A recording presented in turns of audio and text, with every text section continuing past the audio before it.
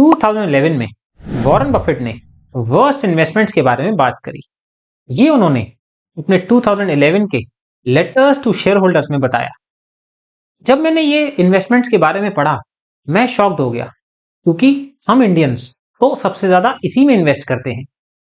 तो क्या आप लोग जानना चाहते हैं कौन सी इन्वेस्टमेंट्स के बारे में वॉरेन बफेट कहते हैं ये अच्छी नहीं है? आइए चलते हैं। सबसे पहले ये समझते हैं कि वॉरेन बफेट डिफाइन कैसे करते हैं इन्वेस्टमेंट्स को।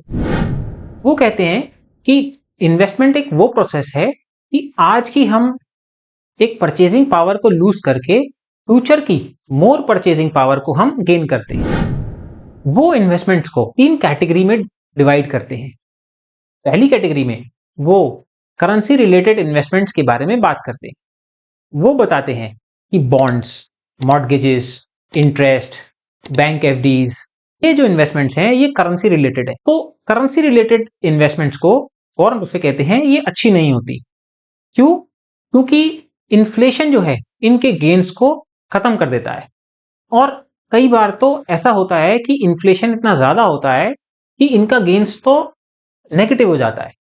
जैसे मान लीजिए आपने इन्वेस्ट किया और आपने 7% से उस पे रिटर्न आपको मिला, और अगर आप 20% के टैक्स ब्रैकेट में हैं तो आपका वो जो गेन आएगा वो 5.4% आएगा। अगर आप 2012 से 2025 का इन्फ्लेशन देखें इंडिया का, वो 5.85% आया है। तो अगर आपने लास्ट डेकेड में 7% कमाया और आप 20% के ब्रैकेट में हैं तो आपने एक्चुअली मनी लूज किया। तो वॉरेन बफेट बताते हैं कि आपकी परचेजिंग पावर एक्चुअली रिड्यूस हो गई। तो इस वजह से वो करेंसी डिनोमिनेटेड जितने भी इन्वेस्टमेंट्स हैं उनको वो अच्छा नहीं मानते। ऑल्दो वो कहते हैं कि आपको जो शॉर्ट टर्म नीड्स के लिए जो पैसा चाहिए वो आप रख सकते हैं, पर आप इसको इन्वेस्टमेंट की तरह ना सोचें।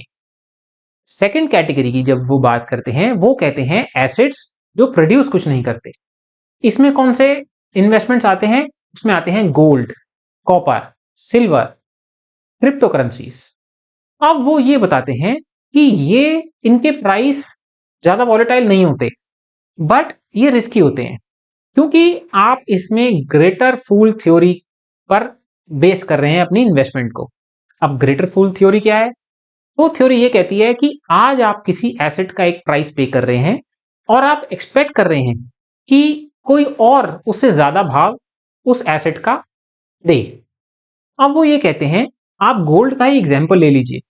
2011 में टोटल गोल्ड 1,70,000 टन था ऑल ओवर द वर्ल्ड का। अगर वो उसको उस समय के हिसाब से वैल्यू करते तो वो 9.6 ट्रिलियन डॉलर्स आता। वो कहते हैं कि 9.6 ट्रिलियन डॉलर्स को अगर आप लिक्विडिफाई कर दें तो वो एक बेसबॉल के कोर्ट में 68 बाय 68 के क्यूब में वो कन्वर्ट हो जाएगा, और वो कुछ प्रोड्यूस भी नहीं करेगा। और उसके इक्विवेलेंट अगर 9.6 ट्रिलियन की अगर बात करें तो वो कहते हैं उस टाइम की 16 एक्सॉन मोबाइल्स कंपनीज आ जाती हैं। पूरे अमेरिका का 400 मिलियन एकर्स की क्रॉप लैंड आ जाता, जो हर ईयर 200 बिलियन का आउटपुट देता, और ऊपर से आपके पास 1 ट्रिलियन डॉलर और बचता।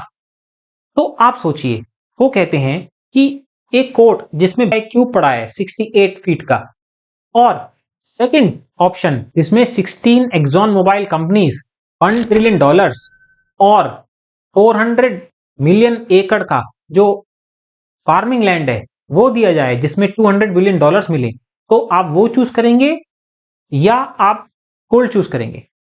तो वो जो सेकंड कैटेगरी ऑफ एसेट्स है जो प्रोड्यूस कुछ नहीं करते, लाइक पेंटिंग्स, कि आने वाले टाइम में कोई और उसका ज्यादा पे कर देगा, ऐसी इन्वेस्टमेंट्स को वो रिस्की इन्वेस्टमेंट मानते हैं। अब वो थर्ड कैटेगरी की जो बात करते हैं, वो बात करते हैं कि जो इन्वेस्टमेंट्स कुछ प्रोड्यूस करती हैं।